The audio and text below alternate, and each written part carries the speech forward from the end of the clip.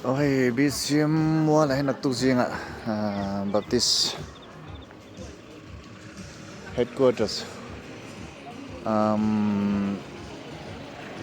Koi hotin missionary day lom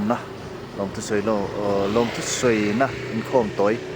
jingdar sari buat sei don chu helayan sab upale pu buang ate lim ania salai son shedeng na tu sam missionary te shedeng na lungani a chuan zai pol pali ko sang Baptist Presbyterian Salvation Army and BCM Choir in a medial circle pastor Veza Poltepo zai tur base nya hang lai tepo hi chu kai mani ti ania ringki manen hi zana dar mi vel seng amep wiring vel kan hanti a chuan wain lama ringki man programming lo ti ve thunga kote han bela tiang chuanin tuna a om dan turang tak hianin aron chuak theita hi pusila lengkim idea ania AV manager idea ania hetiang tur hian siam theinge man tia jangwa ringkima ser ko na mi kan han pura ani nengkim buai puya timayang LED programmable LED le IC zong cha yang chuanin hetiang hanaron chuak ta ni kein hemi LED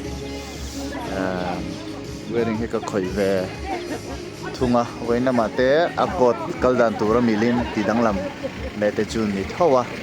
inten AV hovin staff openen nizana a LED bell na hi an thoka chuan hi aron chuak ta ke ni tan chuan a siam tu tan chuan a mu nom an ti ve hle ni tuna hen thut na te hen rem le don me ka nak tu zinga dar sari a program tu hi ti hianin thut na hi ta hen an rem sa ve ka nga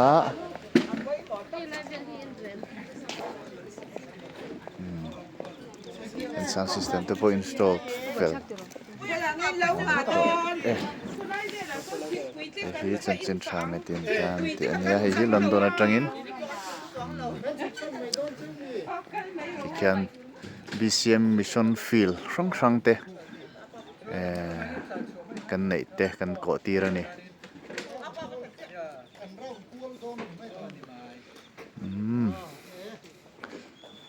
hang lai hian thil chi sang entur am treu boka mana mo BCO thil kan pe kin mo chuane lama ten hang thil chi sang kan fiu sang tele zo sa missionary lo chuak to te thalak lian pui mai heta hian entur boka ka tilang chiang lawanga du chon ron tlo ve ula te hian kan zo sa missionary te mizoram ta na nun lo ran to tu te ti mai ang hun le tha le zung lo seng to tu te mel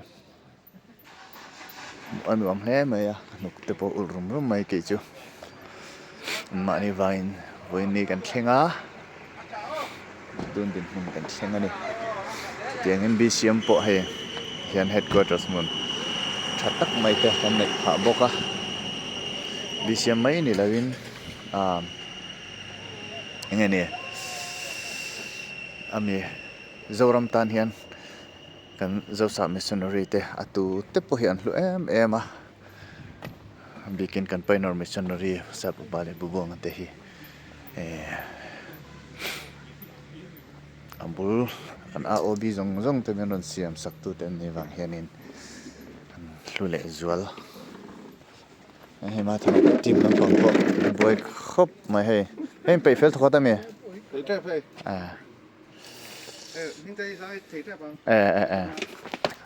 sorry ti hian helai hianin Joseph missionary te sap upale pubuanga te hel chiang takin thalak tarlan ania he monument hi Joseph missionary local chok to zong te ming zia kani bokani kha kan mu chak thren khatan mu chak om te khaloni ta kin te chuan tilang lok kan ni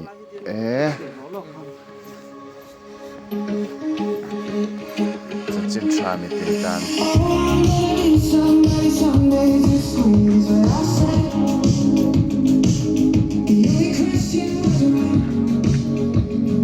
pathian ro pui bero se